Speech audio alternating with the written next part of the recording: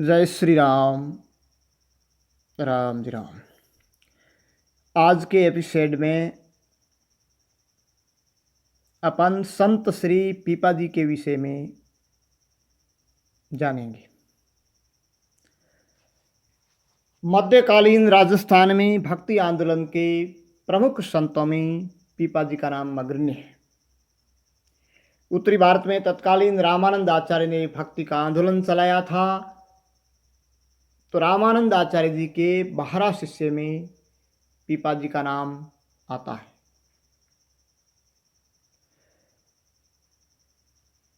भक्त शिरोमणि पीपा जी का जन्म काली सिंध नदी के तट पर गढ़गागरोन जो है वहाँ हुआ था। विक्रम संवत 15वीं शताब्दी में चैत्र शुक्ल पूर्णिमा से। आपका बचपन का नाम प्रताप सिंह खीसी था, यानी आपका अवतरण इतिहास प्रसिद्ध क्षत्रिय कुल की शाखा चौहान वंश की उप शाखा खीसी है, उस खीसी वंश में आपका अवतरण हुआ और बचपन का नाम प्रताप सिंह खीसी। आप बचपन से ही होनहार, तेजस्वी, क्षत्रिय गुणों से विभूषित थे। धीरे धीरे यौवन अवस्था में आप में एक कुशल प्रशासक के, वीर योद्धा के गुण आ गए और दुर्गा देवी की भक्ति पकड़ ली। वे महा भवानी के परम भक्त थे। जब स्तुति करते थे तो माँ भवानी साक्षात प्रकट होकर के आती। उस महाभवानी की कृपा से आपके राज्य में किसी प्रकार की कोई कमी नहीं थी। सभी प्रजा सुख थी, आप प्रजा वत्सल थी। जिस किसी ने भी गढ़गागरोन पर युद्ध किया, अटैक किया, तो वह परास्त होकर के ही गया। कहते हैं कि तत्कालीन सल्तनत के सुल्तान, दिल्ली सल्तनत के सुल्तान तुगलक फिरोज शाह ने गढ़गागरोन पर अटैक किया था। टोडा राय सिंह नामक स्थान पर भयंकर युद्ध हुआ था। उस भीषण युद्ध में उस तुगलक को मुंह की खानी पड़ी और पराजित होकर के दिल्ली की ओर प्रस्थान किया। तुगलक हार करके दिल्ली गया और आप विजयश्री लेकर के गढ़गागरोन पधारे, तो उस भीषण युद्ध में इतनी जनहानि हुई थी, खून की नदियां बही थी। उस विविधता को देख करके, ऐसे नृशंस दृश्य को देख करके उनका हृदय, वे दयालु राजा थे और जो भक्त होता है उसका हृदय बड़ा दयालु, अहिंसक हृदय होने लगा और बिल्कुल गुपसुप होकर रहने लगा। जब प्रारब्ध जोर मारते हैं तो उस प्रारब्ध बस सब कुछ साथ होता ही है। तो उसी समय रामानंद जी भी राजस्थान में भक्ति का प्रचार करते हुए गढ़गागरोन की सरहद में आकर के जमात सहित रुके। जमात की जब सुना तो उनके सेवकों ने आकर के राजा को कहा। राजा ने, उस दिन देवी की पूजा हो रही थी। कहते हैं कि देवी की पूजा में 40 मण का भोग लगता था। तो जमात के लिए आदेश दिया कि यहाँ हम देवी का भोग लगाया 40 मण का, हम भी प्रसाद ग्रहण कर रहे हैं और आप भी प्रसाद ग्रहण कीजिए। तो रामानंद जी ने शिष्यों को कहा कि उनको बोल दो, हमारा पास ठाकुर जी है, हम ठाकुर जी को भोग लगा करके ही प्रसाद ग्रहण करते हैं, अन्य देवताओं की नहीं। तो फिर प्रताप सिंह ने, राजा प्रताप सिंह कीची ने सूखी रसोई के रूप में उनको सामग्री प्रदान की और उनके सेवकों ने बना करके भोग लगा करके सामग्री रसोई ग्रहण कर सो गए। कहते हैं कि संत बड़े परमार्थी होते हैं, संत बड़े परमार्थी, शीतल वहाँ का अंग, तपन बुझावे और की दे दे अपना रंग। त्रिताप में त्रस्त इस भौतिक जगत में तापों से जलने वाले मनुष्यों को सुख आनंद का एहसास कराने के लिए संत का अवतरण होता है। तो उन्होंने कहा कि कितना प्रजावत्सल, दयालु, कुशल, न्यायप्रिय राजा है, पर इनकी बुद्धि भौतिकता की ओर है, देवी देवताओं तक की सीमित है। हे प्रभु, हे मेरे ठाकुर, इनकी बुद्धि को आपके चरणों की ओर मोड़िए। जन्म जन्मांतरों का जो चक्र है आवागमन का, इससे इनको छुड़ाइए। संत की पुकार ठाकुर जी ने सुनी। रात को राजप्रसाद में सोए हुए राजा प्रताप सिंह को एक सपना आया और एक बहुत बड़ा प्रेत आकर के उनको गिरा दिया। जब उसकी नींद टूटी तो उस सपने पे गहन विचार करने लगे। वो जमात तो सली गई थी, विचार करने लगे और फिर उनको विचार आया। फिर देवी के सामने जाकर बैठ गए, क्योंकि विचार आया कि मैं मर जाऊंगा। और जब मरने का विचार आता है तो अमरता की भावना होती है, क्योंकि हम सदा से अमर हैं, इसलिए हमारी शाश्वत भावना जागृत होती है। देवी के सामने स्तुतियां की कि हे देवी माँ, मुझे मुक्ति का मार्ग बताइए, अब कुछ नहीं चाहिए। वो दुर्गा माँ भवानी आज जगजननी प्रकट होकर के बोली कि हे भक्त, तो मुक्ति के मार्ग का अधिकार मेरे पास नहीं है, तो वहाँ कहाँ जाऊँ? कि वो रामानंद आचार्य है जो काशी में, उसके पास जाइए, उसके सानिध्य में जाइए, वे तुम्हें मुक्ति की राह प्रशस्त करेंगे। वह तत्क्षण राजा ने देर नहीं की, माँ की आज्ञा को शिरोधार्य कर अपने भतीजे कल्याण राव उर्फ अचलदास खीसी सहित वहां पहुंचे। तो श्री मठ है जो काशी में आज वर्तमान गदी पति वहां रामानंद आचार्य रामनरेश आचार्य जी है। वहां मठ के द्वार पे गए और द्वारपालों को कहा कि हमें गुरुदेव से मिलना है, रामानंद आचार्य जी से मिलना है। तो द्वारपालों ने जाकर के कहा कि एक मिलने के लिए आया हुआ है, राजमुकुट धारण हुआ। तो रामानंद आचार्य जी ने कहा कि उसको बोली कि हम राजाओं से नहीं मिलते हैं। तो जाकर के कहा कि आप राज मुकुट धारण किए हुए राजा दिख रहे हो। कि हाँ राजा हूँ। तो हम वो महाराज जी राजाओं से नहीं मिलते हैं, चलिए आप वापिस। कि नहीं नहीं, ये राज मुकुट अपने भतीजे के सिर पे पहनाते हुए कहा कि लो ये मैंने राज मुकुट और राजरेस मेरे भतीजे को दे दी, इससे मैं राजा नहीं। पुनः जाकर के रामानंद आचार्य जी को बोला। तो रामानंद आचार्य जी ने कहा कि गुरु का दर्शन करने की तीव्र अभिलाषा है, उत्कंठा है, तो चलिए कुएं में कूद जाइए, दौड़िए कुएं में, आपको गुरु के दर्शन होंगे। तो उसी समय राजा, क्योंकि राजा अभय और निडर होता है हमेशा, शूर संत का एक ही मत होता है, कुएं की तरफ दौड़ा। तब सेवकों ने उनको किसी तरह रोका पकड़ा और रामानंद जी को बताया। रामानंद जी बहुत खुश हो गए उनकी इस दृढ़ निष्ठा को देख करके, और उनको पूछा आपको क्या है? इतनी तीव्र प्यास है? कि हाँ मुझे बहुत प्यास है मुक्ति की, मुझे ब्रह्म ज्ञान की इतनी प्यास है। तो कि ले पी बेटा। तो उसके सिर पर हाथ रखा और ज्ञान बन दिया। ज्ञान दे करके कहा कि आप जाइए गडगाग्रोन, 1 साल वहाँ जा कर के संत सेवा करिए, समाज सेवा करिए।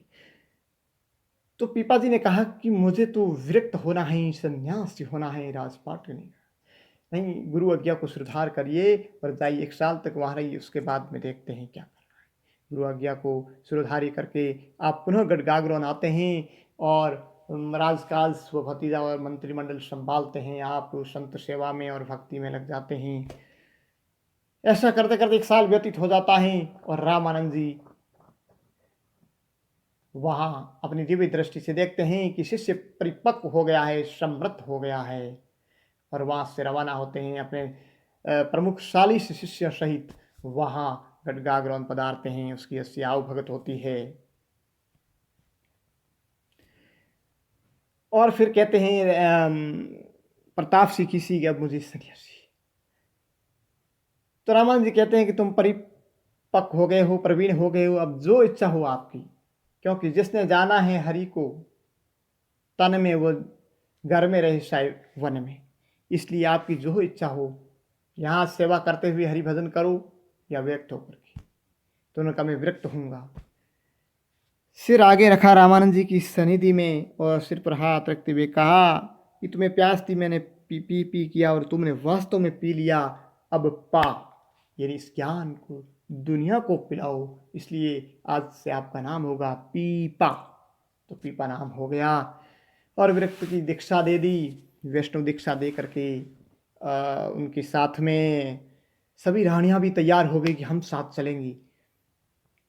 तब पीपा जी ने कहा कि भाई ये राजशाही पोशाक उतारिए और तपस्वी वेश धारण करिए, चलिए हमारे साथ। तो किसी रानियों की हिम्मत नहीं, क्योंकि उनकी कई रानियां थी, राजाओं की कई शादियां करने की परंपराएं थी। उस परंपरा के तहत क्षत्रिय परंपरा का निर्वहन करते हुए प्रताप सिंह किसी राजा ने भी कई शादियां की थी। और उसमें अंतिम शादी जो टोडा राय सिंह ने की थी, सबसे छोटी रानी थी सीता सहचरी। सीता सहचरी ने सब कुछ उतार दिया और पति के साथ चली, और रामानंद जी ने भी उनको आदेश दे दिया इनको साथ ले चलो। फिर वहां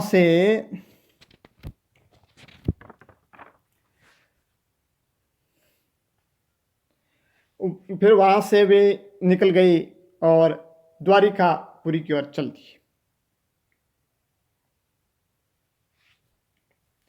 द्वारिकापुरी में रहे सीता सहचरी के साथ में कई दिनों तक, और उसके बाद में दिव्य द्वारिका का दर्शन करने की तीव्र अभिलाषा हुई और तीव्र उत्कंठा से वो समुद्र में कूद गई जहाँ दिव्य द्वारिका थी। समुद्र में कूदते हैं तो क्या देखते हैं, आगे वो दिव्य द्वारिका और एक कृष्ण मौजूद है। वहाँ 7 दिन तक प्रवास में रहे। फिर कृष्ण भगवान ने कहा कि भक्त आप वापिस अपने लोक जाइए, उस द्वारिका में जाइए और वहाँ भक्तों को अमृत पिलाइए। कि कहा मैं नहीं जाऊँगा, आपकी शरणों को छोड़कर मैं जा नहीं सकता, मुझे यहीं आनंद आ रहा है। नहीं नहीं, ऐसा नहीं होगा, फिर तो उस लोक में कुप्रशंसा होगी कि भक्त दिव्य द्वारिका के नाम पे, इस भगवान के नाम पे चल पे कूदा तो खत्म, इसलिए आपको जाना पड़ेगा। और पुनः कृष्ण उनको बाहर तक साथ लेके आए, पुनः द्वारिका में आ गए। और उस समय कृष्ण ने एक शंख चक्र साफ दी थी और कहा था कि जो द्वारिका आएंगे उस पर कंधे पे लगाते रहना ये। तो फिर वो सांप लेकर के आए और जो भी भक्त आते थे उस पर वो दिव्य द्वारिका की साफ लगाते थे। बहुत सारा मेला लगने लगा। सीता ससुरी ने कहा कि यहाँ भजन में विघ्न बाधा आ रही है, यहाँ से हम चलेंगे। फिर वहाँ से चले तो कहते हैं कि विकट रास्ता था, उसमें एक हिंसक शेर रहता था। लोगों ने कहा कि सस्ते में आपको हिंसक शेर खा जाएगा, लेकिन कहा कि क्या खाएगा, हम संत बन गए, फिर डर भय किस नाम का है। वो गए, वह हिंसक शेर आया सामने। कहते हैं कि संत पीपा की वो दिव्य दृष्टि पड़ी, नूरानी निगाह से शेर उनके चरण चाटने लग गया।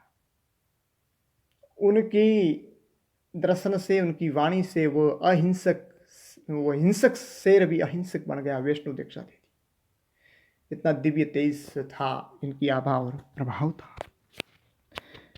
फिर वहां से घूमते घामते टोडा राय सिंह नगर में आ गई और वहां गुफा बना करके तपस्या करने लगी। सब कुछ छोड़ दिया, लेकिन कुछ भी धन पास नहीं होने के बाद भी भगवान तो देते ही देते हैं। एक दिन सरोवर पर स्नान करने के लिए गए तो वहां मोहरों से भरा हुआ बहुत बड़ा घड़े मिले, 2 साल।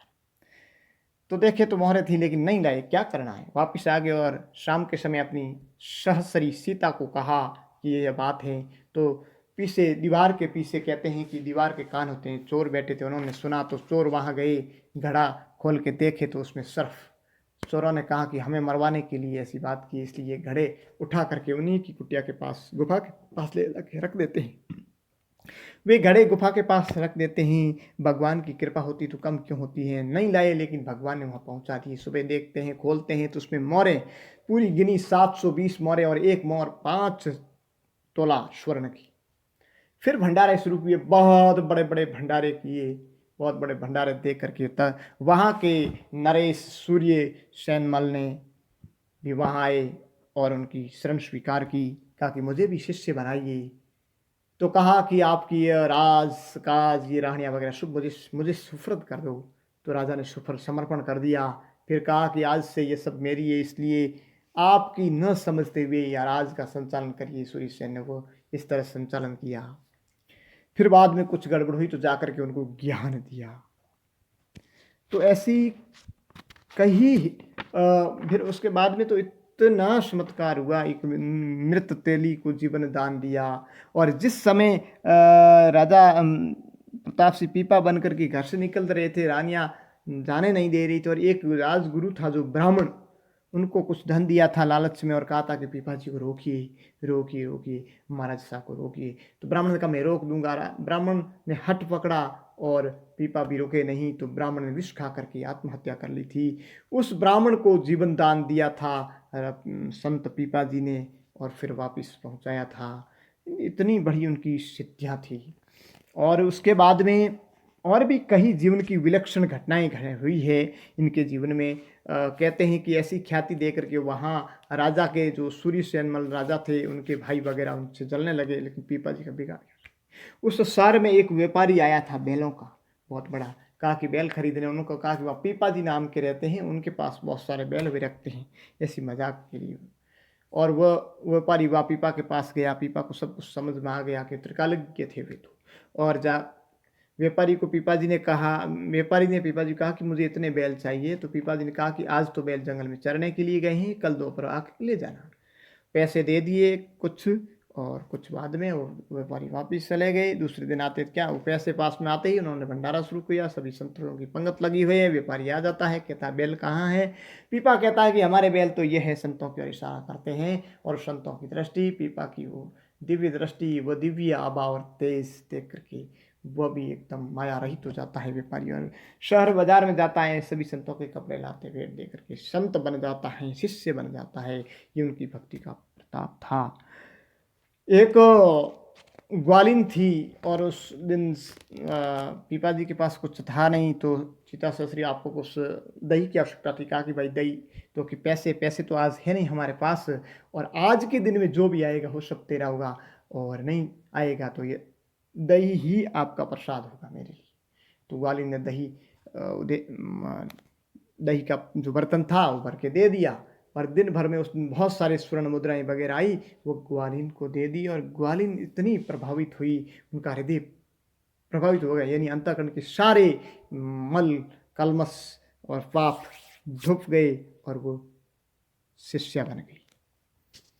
इसी तरह एक दिन संत आते हैं घर में। सीता ससुरी अकेली घर थी, तो रसोई नहीं थी, तो सेठ के गई।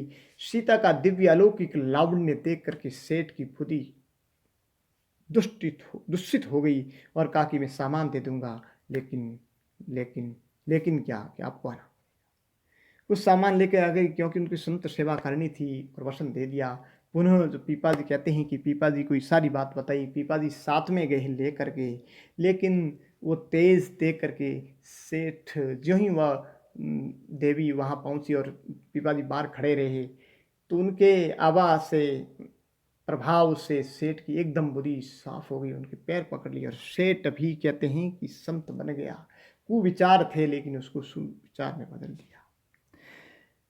एक और कथा आती है कि उनके घोड़ा था, जो राजा सूर्य सेनमल ने घोड़ा भेंट किया था। वो सरोवर पर स्नान कर रहे थे, और घोड़ा वृक्ष से बंधा हुआ था। 4 चोर आए और घोड़ा चुरा करके ले गए, किसी दूसरी जगह बांध।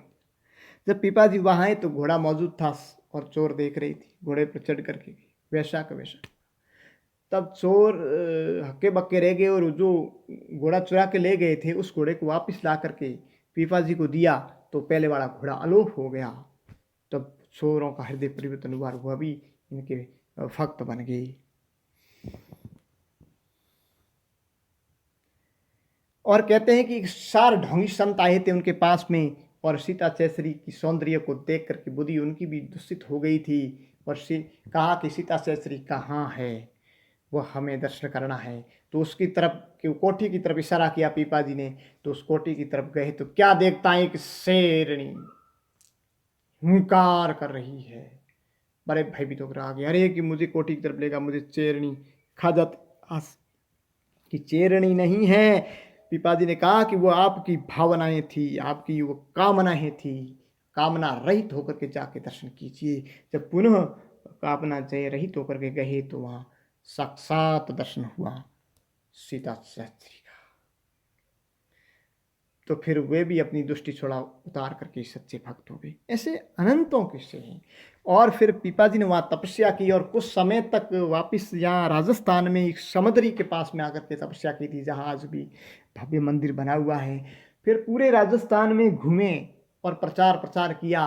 विशेषकर क्षत्रियों को कहा कि तलवारें डालिए और सुई लीजिए, तोड़ने का काम मत करिए, नरसंहार का काम मत करिए, हिंसा का काम मत करिए, अहिंसक बनिए, जोड़ने का काम करिए, हाथ से काम और मुख से राम, ये सुमिरन करते हुए, ब्रह्म चिंतन करते हुए एक 5वें वर्ग का सृजन किया। जो चतुर्वर्णी व्यवस्था तो थी ही, एक 5वें वर्ण, जो एक श्रमिक वर्ग जैसा ही एक सर्जन किया, जिसका कहा कि सुई लीजिए और कपड़ा सिलाई करिए लोगों को तन ढकने के लिए, कपड़ा काम आ जाएगा ही, आपकी आजीविका हो जाएगी और ब्रह्म चिंतन भी हो जाएगा।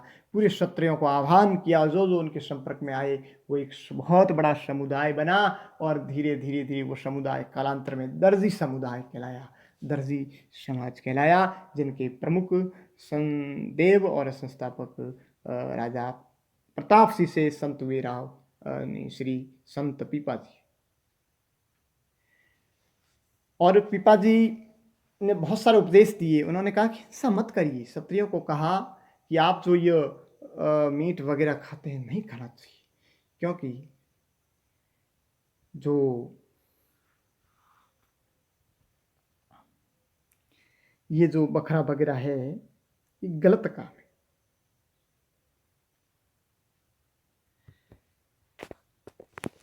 जीव मार, पीपा जी कहते हैं कि जीव मार जहर करे जिरह करे, जीव मार जिरे करे खाता करे बखान, पीपा परतक देख ले थाली मोय मशान। जीव मार करके जो प्रशंसा करता है ये तो एक मशान है थाली के अंदर की, पीपा जी कहते हैं। पीपा जी कहते हैं कि आपकी करनी आप ही जाओ, आकरणी आपो आपरी, क्या बेटा क्या बाप, इसलिए ऐसे खोटे कर्म मत करिए। इसे कई उपदेश उन्होंने दिए थे।